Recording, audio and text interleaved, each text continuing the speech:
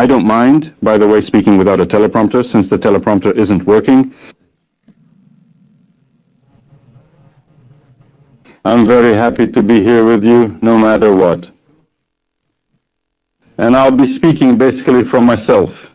And I'll say that whoever is in charge of this teleprompter has some serious problems. Thank you.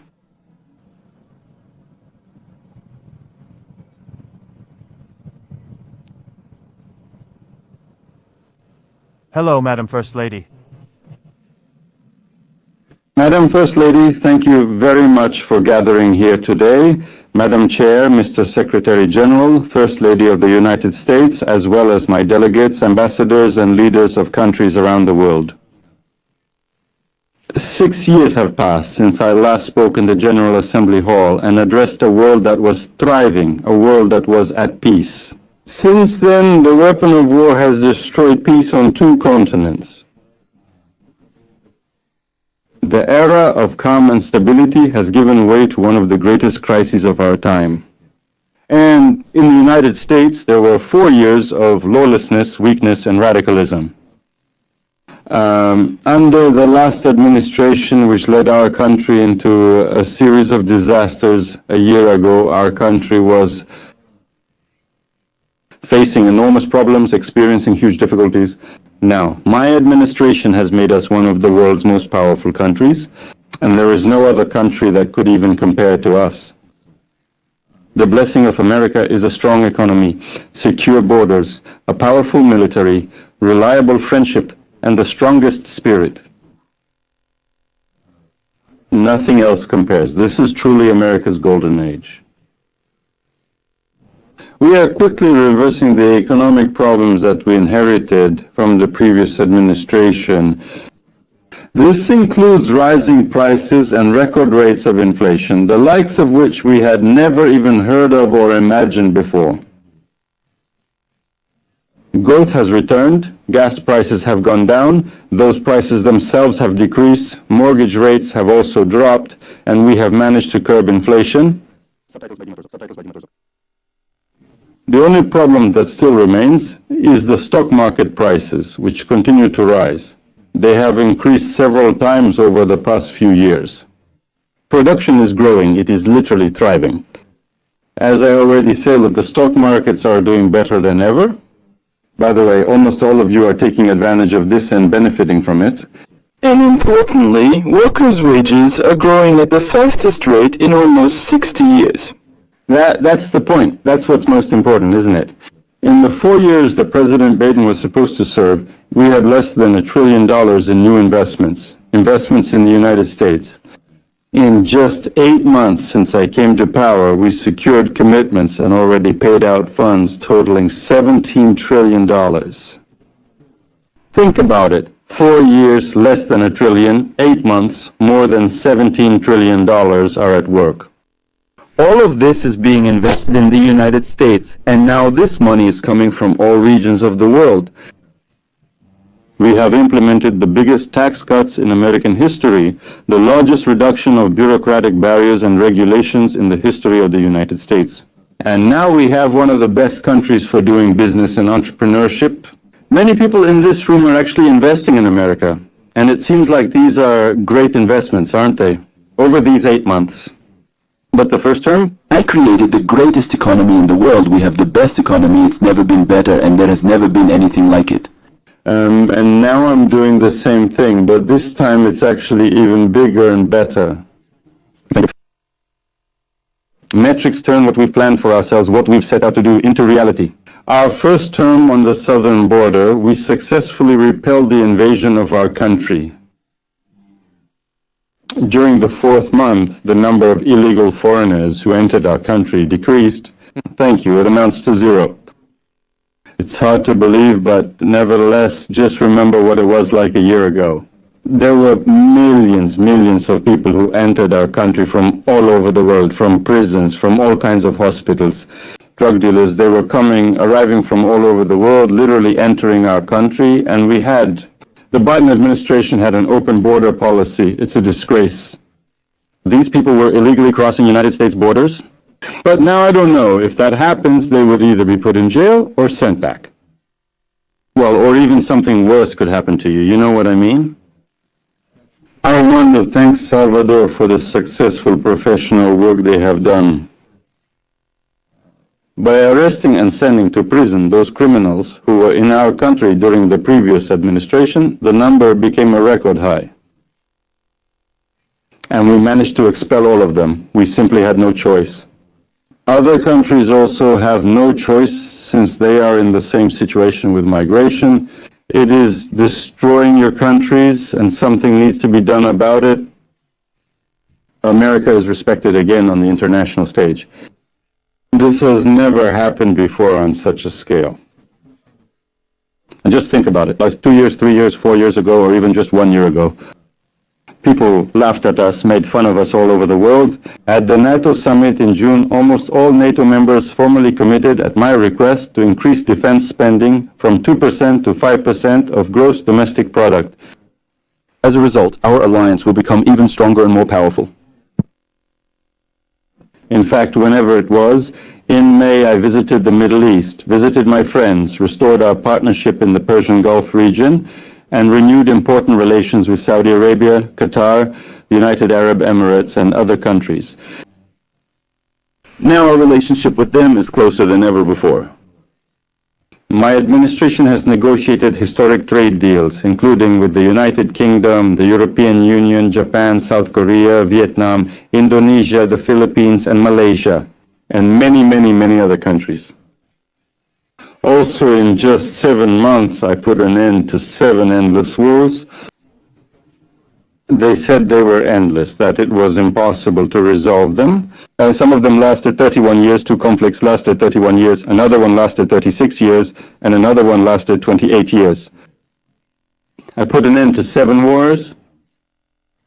In all cases, these wars were being fought, and countless hundreds of thousands of people were dying. They were being killed. I'm talking specifically about Cambodia and Thailand, Kosovo, Serbia, Congo, and Rwanda.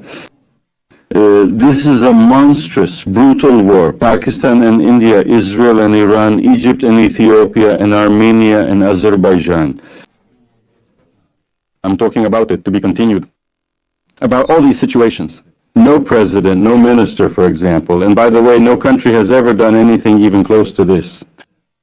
And I managed to do this in just 7 months. This has never happened before. Nothing like this has ever happened. It's an honor for me to do this and achieve this. Unfortunately, I had to deal with this. Instead of the United Nations doing it, and unfortunately, in all these cases, the United Nations didn't even try to help in any way. In none of these cases did I catch the end of 7 wars. I negotiated with the leaders of each of these countries. And not once did anyone from the United Nations call me or offer help to somehow make these agreements happen. All I ever got from the United Nations was an escalator that went up and stopped right in the middle. If the First Lady weren't so fit, she might have fallen. But as you see, she's in great shape. Moba is also in excellent shape. Well, the teleprompter didn't work at the beginning. These are the 2 things I got from the United Nations, a broken escalator and a broken teleprompter. Thank you very much for that. It's working now. Everything's fixed. Thank you. See, it's simple. Everything can be done. Thank you very much. Principle 5 continued.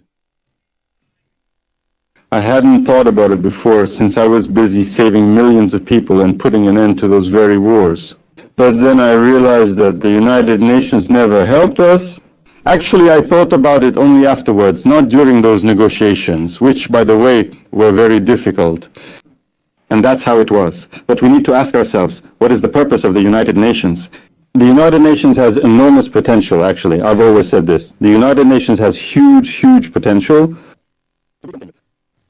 But it's not even coming close to realizing it, at least not right now. It seems that for now, words are stronger than actions. For now, these are just empty words, and empty words don't stop wars. The only thing that will make it happen is action. Now, after I put an end to all these wars, after I've negotiated the Abraham Accords, which, by the way, was very important, and our country didn't even get any praise for that. Well, it just didn't happen. Someone said that I should get the Nobel Peace Prize for each of these achievements. But from my point of view, the real reward is sons and daughters who can grow up with their moms and dads. Because millions of people will no longer be killed in endless, inglorious wars. It's not about the reward, it's about saving people. Millions and millions of people were saved because we stopped 7 wars. We're working on it, of course, you know about that, to keep developing this. Throughout with the spiritual and modern status of astronomy. I promise that all of you, classmates of workers, schizophrenic Russians, will amusingly settle Siberia. And you got marble floors, you got terraces. I give you all the best decorated walls. But it was decided to go in a different direction. I did offer this, but I offered a much lower price. A different decision was made, but I realized that they simply didn't understand what they were doing. When it came to construction, the very concept of construction was so wrong. What was proposed to be built was so expensive and so inconvenient, it cost a fortune. In the end, this happens. Basically, a huge amount of money was spent, between 2 and 4 billion United States dollars on construction. In the end, there were no marble floors, as I promised. As far as I know, if you take a look at the building, you can actually get stuck on the escalator inside. The work isn't finished yet. The renovations aren't complete. And so many years have passed. The project was so corrupt that Congress even called a hearing because of the huge waste of funds. No one knew what the money was spent on or the total amount. From $2 to $4 billion compared to 500 million that I was offering. But in any case, it cost a huge amount of money. Unfortunately, a lot of things in the United Nations happen exactly this way. Or even on an even larger, much larger scale. It's very sad to watch this. It's unclear whether he can play a leading role. I came here today to offer friendship to America, America's leadership, to any country in this assembly that would like to join us, and to ensure a safer, more prosperous world for all of us. A world that will be much happier, that will have a much better future than what we see as prospects now. But we need to abandon the failed approaches of the past and join forces to deal with the most significant threats in history. There is no greater danger to our planet than the deadliest type of weapon ever developed by mankind. As you know, the United States has many. In his first term, I did everything to contain these threats. That was my main priority. we started with Iran. My position is very simple. The main sponsor of artillery in the world should not possess the most dangerous weapons. That's why soon after I took this position, I called the Supreme Leader and sent him a letter with a generous offer. I expressed my commitment, willingness to cooperate and exchange, which were necessary to suspend Iran's nuclear program. The regime's response was to continue threatening its neighbors and the interests of the United States throughout the region. Many of Iran's former military commanders are present today in the beautiful neighboring countries. Almost all of them are actually gone now. They are dead. 3 months ago, Operation Midnight Hammer was carried out. United States bombers dropped 30,000-ton bombs on key Iranian nuclear facilities. They were destroyed. Everything was gone. No other country could have accomplished what we did or has the technology to do it. We have the greatest weapons in the world. Of course, we don't want to use them, but we did what people wanted. What was done over the course of 22 years? Iran's uranium enrichment potential was destroyed. That put an end to the 12-day war, as you know. It's called the war between Israel and Iran. Both sides agreed to stop fighting. As you know, I have also been striving to implement a ceasefire in Gaza. Agreement should be reached. This needs to be done. This needs to be done. Unfortunately, Hamas has repeatedly rejected reasonable proposals for peace. We will not forget October 7th. And some in this organization are trying to recognize the Palestinian state on their own, only fueling the conflict. But that's too big a gift for the Hamas terrorists for their brutality. It would be a reward for these monstrous crimes. Including on October 7, 2023, they refused to release the hostages, to accept a ceasefire, the proposal for a ceasefire. Instead of Hamas has already taken so much. They've already taken a lot. They've taken a great deal. But instead of those who want peace will do it, we need to unite. After all, under one message, release the hostages right now. Just release the hostages. Thank you.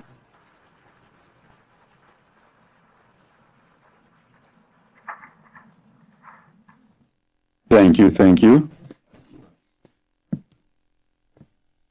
We need to unite. We will do it. We will achieve our goal. We need to stop the war in Gaza. We need to do it immediately. We need to achieve this. We need to start negotiations. We need to achieve an immediate peace. We need to bring the hostages home, all 20 hostages. We don't want 2 or 4. We want all of them. With Steve Witkoff, Marco Rubio, and other colleagues, we have already brought most of them home. We handled all these processes, but I always said that the last one would be the hardest. That's exactly what happened. We need to get them back now. We don't want to bring back just 2 first, then another 2, then another 3. No, we want all of them. We want everyone to come home. 38 bodies also need to be returned. Their parents contacted me saying they want their loved ones' remains back. They want to get them back. They're dead. But it's as if they're still alive for those whose daughters were alive, whose sons were alive. Everyone is working hard to stop the killing, especially on the territory of Ukraine. I wish I could think that one of the 7 wars I would end would be this war. I thought this would be the easiest, since I always had a good relationship with President Putin. I always thought this would be the easiest to do. But in war, you never know what will happen. There are always a lot of surprises, both good and bad. Everyone thought that Russia would win this war in 3 days. But that didn't happen. I assumed it would be a minor skirmish, but in the end, Russia doesn't look very good right now. Actually looks bad. No matter what is happening or will happen. I assumed it would happen in less than a week. They have fought for over 3.5 years. They killed between 5,000 and 7,000 young soldiers, mostly soldiers, on both sides every week. 5,000 to 7,000 young people dead, up to 7 young soldiers. Some cities are struck by missiles and bombed, but they aren't erased from the earth. This war wouldn't have started if I were president. It should never have begun. That's what leadership is. And what can bad leadership do to our country? Look at what's happened to the United States and the state we're in now after such a short time. There's only one question now: how many more people will die? Both sides, China and India, are interested in this war because they are buying Russian oil. But it's inexcusable that even NATO countries haven't stopped buying Russian energy resources. I don't like this. They're essentially funding a war against themselves. Honestly, where has this ever been seen? In case Russia is not ready for a deal, for an agreement to end the war, in that case, the United States is fully prepared to introduce very serious, powerful tariffs against those mainly responsible for this bloodshed. I think they will do it very quickly. But for these tariffs to be effective, European countries, all of you who are present here right now, must join us and take exactly the same measures. You are much closer to them. At least there is an ocean between us, but you are right there.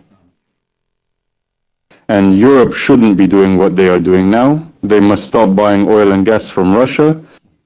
Subtitles by Dima Torzok. While they are fighting with Russia, it's a disgrace for them and a shame for them. When I found out, I was shocked. But we need to stop all purchases of energy resources from Russia, otherwise we're just wasting time for nothing.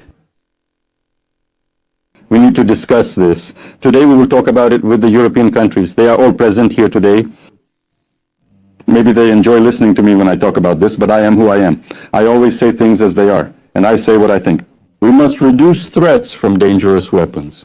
I urge all countries to join us and put an end to the development of biological weapons. Let's do this once and for all. Biological and nuclear weapons are all terrible and monstrous. It is necessary to stop the development of nuclear weapons. We know, I know we talk about this all the time. It's important to do this, and after all, the weapon is very powerful. We can't use it, we can't apply it, we must not do this.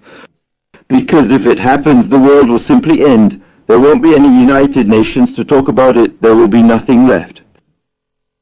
A few years ago, reckless experiments led to a global pandemic. But despite this disaster, many countries continue risky research on bioweapons. They produce pathogens that are man-made. By the way, this is absolutely dangerous, monstrously dangerous. And today I announced that my administration will lead international efforts to implement the Biological Weapons Convention. It must be implemented. Alongside world leaders, we will work to create a trusted artificial intelligence-based verification system. I hope that the United Nations can play a constructive role here. Continued in IKI. We hope that this project will be implemented with the assistance of artificial intelligence. Many people say that this could become one of the greatest achievements, but it could also be dangerous. It could be a great benefit or a great danger. We need to think about that. Not only does the United Nations fail to solve the problems it should be solving, but it often creates new problems that we have to deal with. A clear example of this is the main political issue of our time, the crisis of uncontrolled migration. It is out of control, and your countries are being destroyed. The United Nations is essentially funding the attack on and siege of these European countries. It's a game. In 2004, the United Nations funded assistance totaling $372 million for about 626,000 immigrants who were heading to the United States. Just think about it. The United Nations is helping people who are illegally entering the United States, and then we have to deport them with the United Nations' help.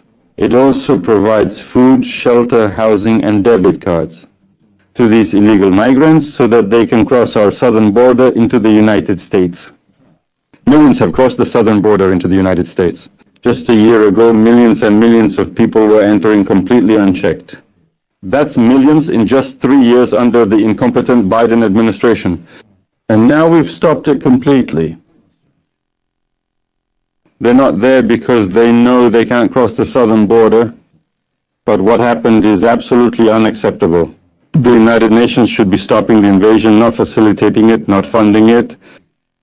And the United States rejects the idea that a huge number of people from abroad can travel around the world without any control. To violate our borders, violate our sovereignty, commit unchecked crimes, and use our social welfare systems without any control. We have reaffirmed that America belongs to Americans. I urge all countries to also protect their citizens. You must do this because I'm not naming anyone specifically, but I see all of you. Your countries are simply being destroyed. Europe has huge problems. Europe is being invaded by illegal migrants. This has never happened on such a scale before. Many people are coming to Europe, and no one is taking action to change or deport them.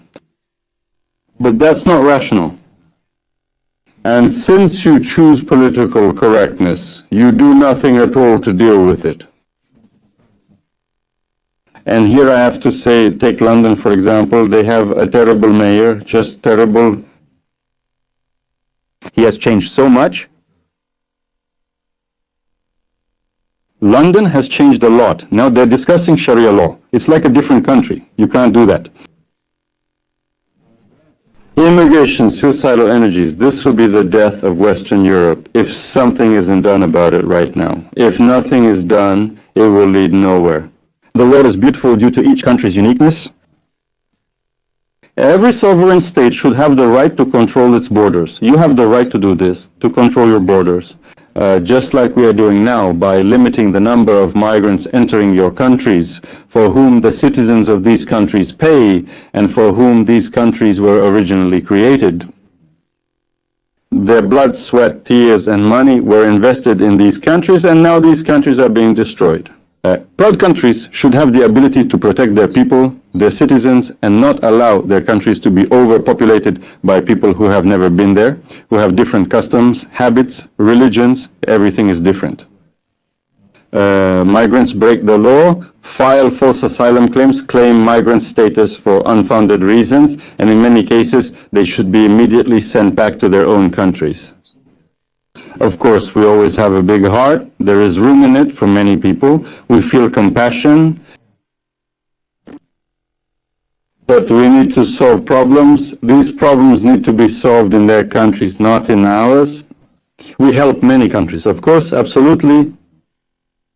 Many can't send their people now. Previously, they sent us tens of thousands, literally in columns. These huge columns of people who entered our country without control, without any checks at all. Well, that doesn't happen anymore. According to data from the Council of Europe, in 2024, about 50% of those convicted in German prisons are foreign migrants. In Austria, this number is actually 53% of those convicted in prisons.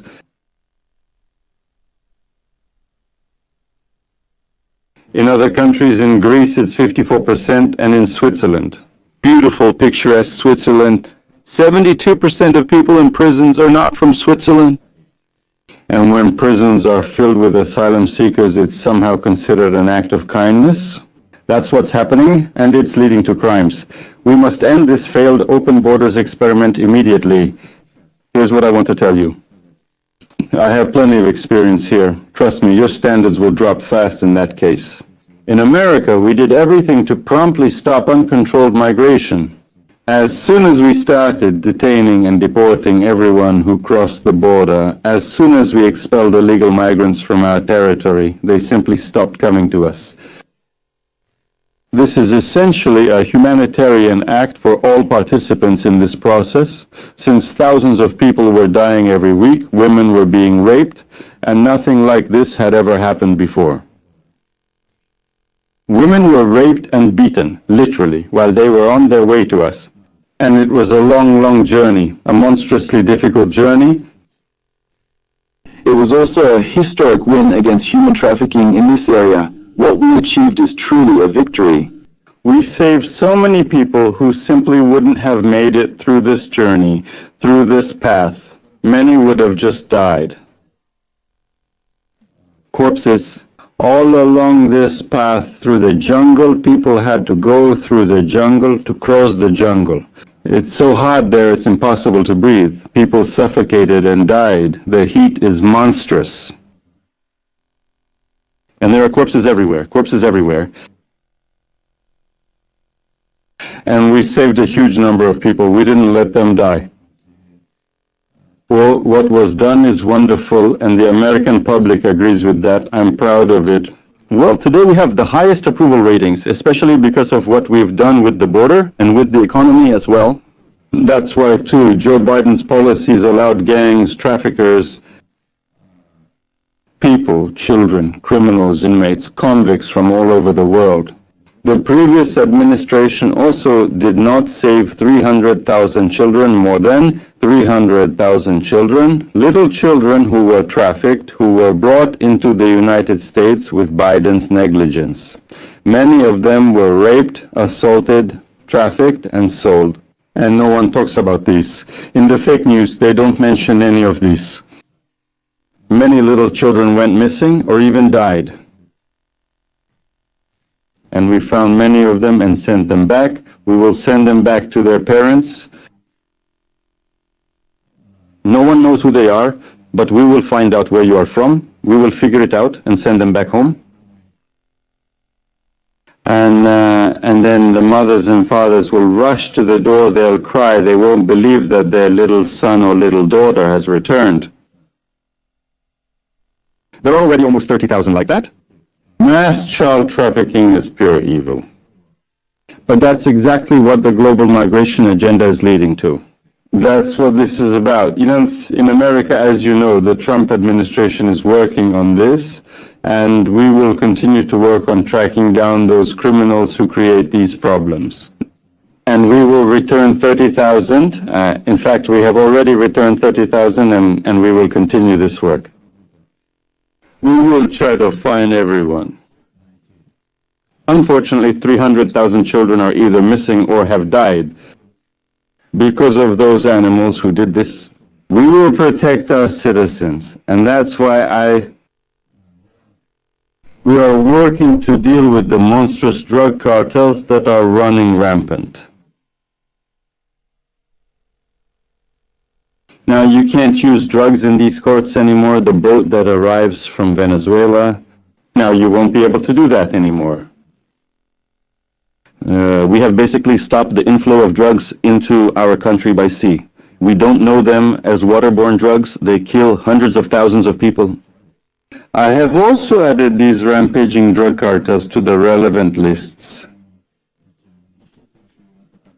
Now they are considered international terrorist organizations. The same applies to criminal gangs.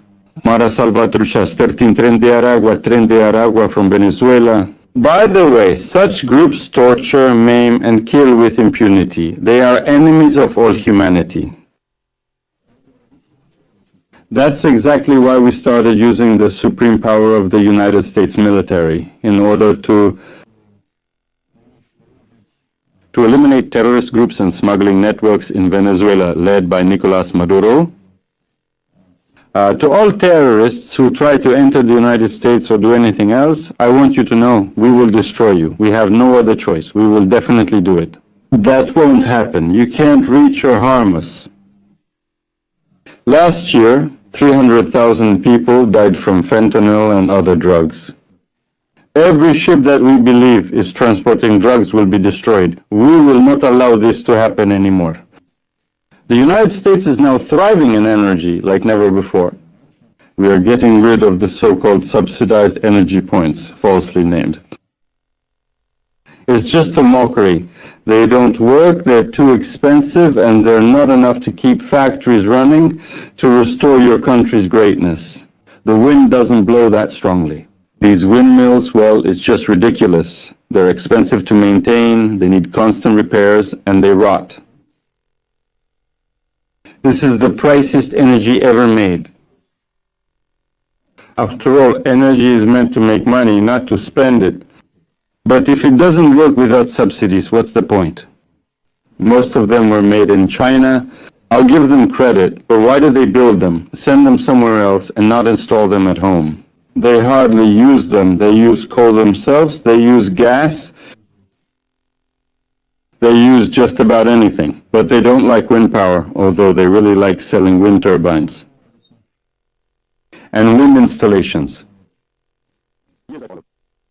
The green agenda nearly destroyed the country. I want to give credit to Germany. Actually, Germany, I want to draw attention to Germany. Germany is taking a difficult path, the wrong one. This is about energy and migration. They're following the green path toward bankruptcy. A new leadership has come in. They have returned to where they were before, to fossil fuels, to traditional energy. Now everything has become much better. It can be done after all. They went back to what was before, opened many power plants, energy facilities, and factories. I want to give credit here in Germany for this, as it was and still is a catastrophe. They were following the green path, but that's the path to bankruptcy. That's what it's about. Yes, of course, it's politically incorrect. I'll be criticized for saying this, but I'm here to tell it like it is. I'm in New York and I feel much safer now. The crime rate is going down. Speaking of that, by the way, Washington District of Columbia used to be the crime capital of America. Now, in just 12 days, this city has become absolutely safe. People calmly visit restaurants and have dinner. Your wives can walk down the street with or without you. Nothing will happen. My people did a great job. Yes, I led the National Guard, and the National Guard handled the issue. It may not be politically correct, but we sent 1,700 criminals back to their countries or jailed them. Washington District of Columbia now, it's an absolutely safe city.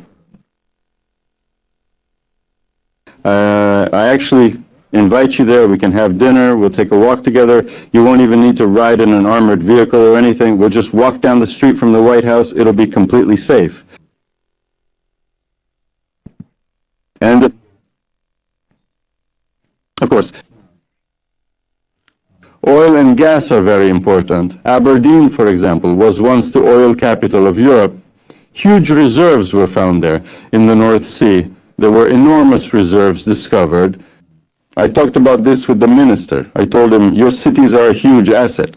Essentially, huge taxes were introduced there. Now, not a single oil company wants to go there anymore. There's still a lot of oil, some of which hasn't even been explored yet, and the reserves there are huge. It's an enormous asset for the United Kingdom. And I hope the Prime Minister is listening to me right now, because for 3 days in a row, that's all I've been talking to him about. Develop the oil, develop the oil.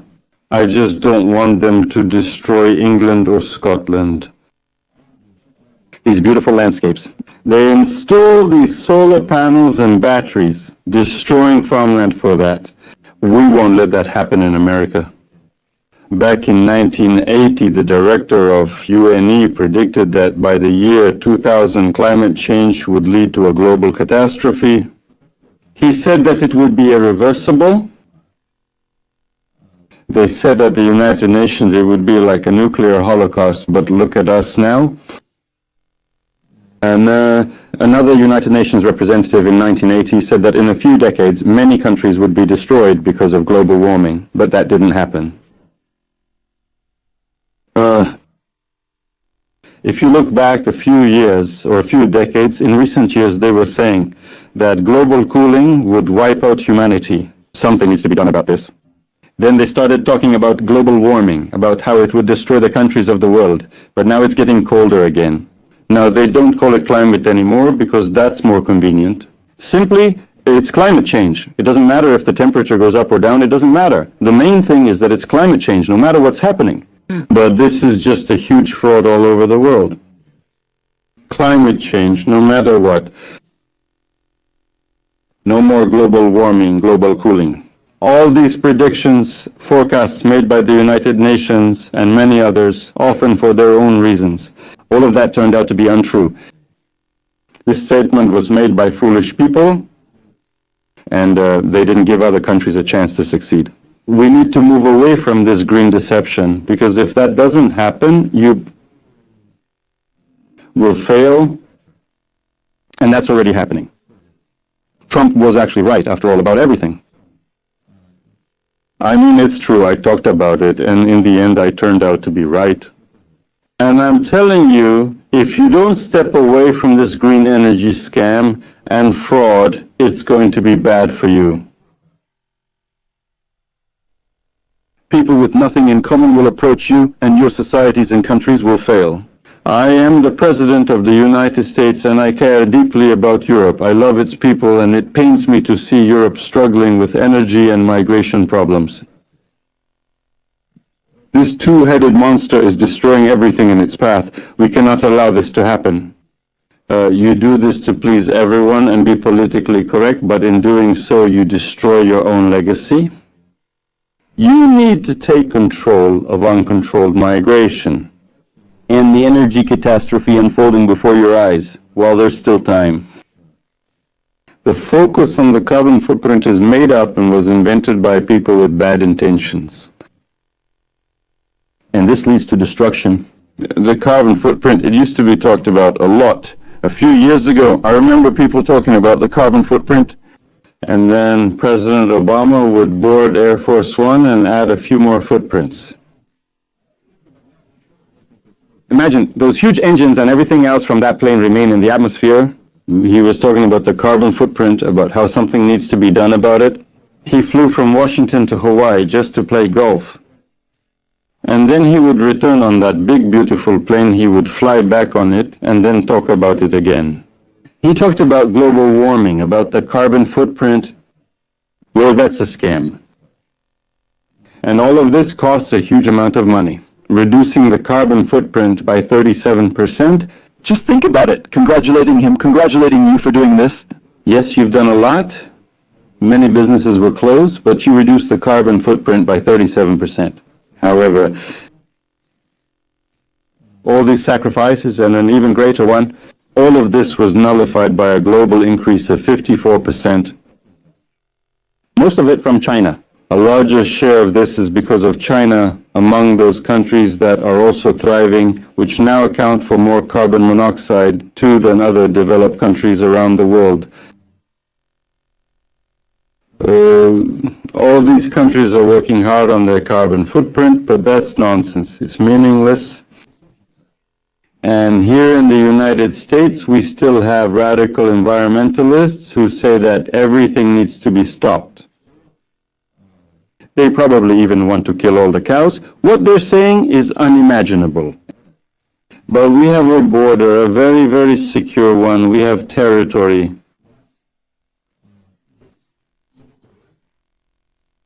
And if we have the cleanest air, and we do, our air is actually very clean. It's never been this clean in recent years. But the problem is that other countries like China, for example, yes, it may sound unpleasant, but China sends us its dirty air. And no matter what we do, the air gets polluted because this pollution comes from other countries where the air is not so clean. And these people, environmentalists, refuse to admit it. It's the same with garbage. In Asia, garbage is dumped directly into the ocean. And about a week or two later, this garbage drifts past Los Angeles. Huge amounts of garbage. There's practically nothing you can do about it. So it floats past Los Angeles, past San Francisco, and then people start having problems just because someone threw a cigarette on the beach. It's all just madness. And the main consequence of this energy policy is that we're not helping the environment. We're just redistributing production and industrial activity from developed countries that follow these crazy rules to developing countries that are making a fortune from it. They've made a fortune for themselves. And electricity bills in Europe are now 4 to 5 times higher than in China and 2 to 3 times higher than in the United States. And here's electricity bills are going down. Did you notice that yourself? We have a saying, drill, baby, drill. That's exactly what we're doing. As I mentioned, electricity bills are decreasing. Therefore, they are working air conditioners everywhere. But in these countries, they are almost non-existent because electricity is very expensive. 1,300 people in the United States die because of the heat. In Europe, there are many more since people there don't turn on the air conditioner. It's too expensive. This is no longer the Europe I knew, the one I loved. Everything is done in the name of showing that you're supposedly fighting this global warming scam. And in fact, you're just bringing trouble upon yourselves. And you need to give this up completely, and you need to do it immediately. That's exactly why the United States withdrew from The fraudulent Paris Agreement. We paid much more than others, who often paid nothing. China wasn't paying and won't until 2030. Russia was given standards that are very easy to meet, but for the United States, we had to pay trillions of dollars. Well, I said this is another scam. It's undeniable the world took advantage of the United States, but that's no longer the case. As you know, I have introduced executive orders, historically appropriate, to expand energy production. We now have a lot of oil, much more than other countries. We have more oil and gas than anywhere else in the world. And we have more reserves of them than anywhere else. Coal as well. I mentioned large, high-quality coal, which we didn't have before. And I talked about this at the White House, but I never said not the whole. This is coal. I said clean, beautiful coal. That sounds better, doesn't it? But again, we are ready to provide any country with affordable energy if you need it, and most of you do need it. We export energy all over the world. Right now, we are the largest exporters of energy resources in the United States. And we want to trade and develop trade relations with all countries, with absolutely everyone. We want to help countries, we want to help them, but there must be fairness and reciprocity here. Problems with trade are similar to problems with the climate. Countries following the rules, their factories are being destroyed. It's sad. Certain countries are also violating the rules. That's why the United States is now applying tariffs against a number of countries, and most of these tariffs have been applied to us for many years without any control, absolutely. We have used tariffs as a protective mechanism under the Trump administration. In the first term, tariffs brought in hundreds of millions of dollars, and inflation was very low. Inflation remains low now. The only difference now is that hundreds of millions of dollars are entering our country. That's exactly how we will do everything to make the system work so that it can provide for our own future. We also use tariffs to protect our sovereignty and security globally. Among them are those countries that took advantage of previous American administrations and have been doing so for decades. Including subtitles Dima Torzok. We are talking about the most incompetent, corrupt administration, the administration of Sleepy Joe Biden. The largest tariffs have been imposed on Brazil, and there are unprecedented efforts to interfere with the rights and status of American citizens. In this regard, we see weaponization, judicial corruption, and targeted attempts to attack those who are not favored. I have to say, I was coming in here just as the leader of Brazil was leaving. When we arrived in Brazil, we saw each other and we hugged. To be continued. And I told him, look, imagine in a few minutes I'm going to say this. But we agreed that we should meet next week. There wasn't much time. It was literally 20 seconds. It's good that I waited. It's good that we actually met. And we managed to talk. We agreed. We scheduled a meeting for next week, if you're interested, actually. But he's wonderful, actually. I like him. He likes me. And I only do business with people I like. As you know, if I don't like someone, I definitely don't like them. That's all. Well, at the very least, we had 39 seconds. We had chemistry. That's a good sign. Thank you. Well, here you go, Brazil. Can you believe it? Imposed an illegal tariff against our country. But now we've responded in kind. We've responded very convincingly. And I, as president, will always defend our national sovereignty and the rights of American citizens. And I deeply regret that I have to say this, but Brazil is behaving incorrectly and it will continue to face difficulties. And they can only succeed if they cooperate with us. Next year, the United States will celebrate the 250th anniversary of our hard-won independence. This is a testament to the strength, power, American spirit, and independence. We will also host the Fédération Internationale de Football Association World Cup in 2026 and the Olympic Games in 2028. I hope all of you will attend them. I hope that a huge number of people from all over the world will take part in these wonderful events. These will be events that represent achievements, people, and freedom. We also need to think about what was marked on July 4, 1776, when we established the price for all countries. That's what this day is about. The United States of America was born. It's a miracle. As the anniversary nears, I hope all countries become more innovative and our example inspires others to join us. REF repeat. These are commitments to our values, values that are extremely dear and important to us. Let's protect the freedom of expression and speech. Let's protect the freedom of belief. And this also applies to the most persecuted religions, among them Christianity, as you know, and to protect sovereignty, to protect those values that make our country special, outstanding, and unique. In conclusion, I repeat, immigration and the high cost of green air energies are destroying a large part of the free world and our planet. Countries that value freedom, they are fading because of their policies. You need secure borders, you need traditional sources of energy if you want to regain your greatness. It doesn't matter if it's north or south, west or east, near or far. Every leader sitting here in this hall, representing these countries with proud histories, heritage, and culture, which make these countries unique, unlike anything else in human history. Anywhere else. From London to Lima, from Rome to Athens, from Paris to Seoul, from Cairo to Tokyo, from Amsterdam to New York, we stand on the shoulders of people, giants, atlases, titans, those who built our beloved nations and countries.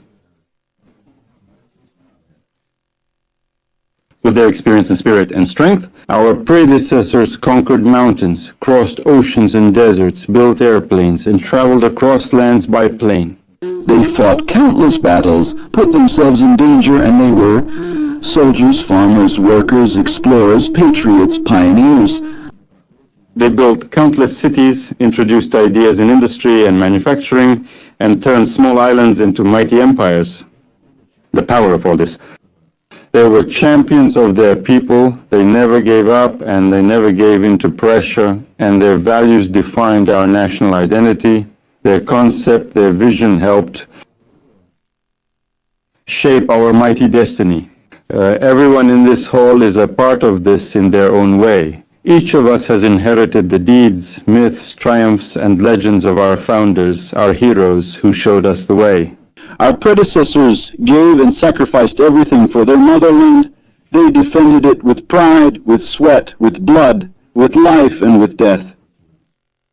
And now it is important to protect the nations they created, the countries they built. Each of us must do this. Let us fulfill our sacred duty to our citizens, to our people together. Let us protect our borders. Let us ensure their security, preserve their culture, their heritage, their treasures, their traditions. And we will fight for our important dreams, aspirations, for our cherished freedom, for friendship, for this beautiful concept. Let's work together. So Damon Torzo creates the subtitles. Our planet was big, beautiful, wonderful, all of us. We live here in one world that is richer, better, and more beautiful than ever before. It can happen, it is possible, it will happen, I hope it will happen. Let's start right now, right at this very moment. We will make our countries better, safer, and more beautiful, caring for our people and nations. Thank you very much. May God bless you. May God bless the countries of the world. Thank you. Goodbye.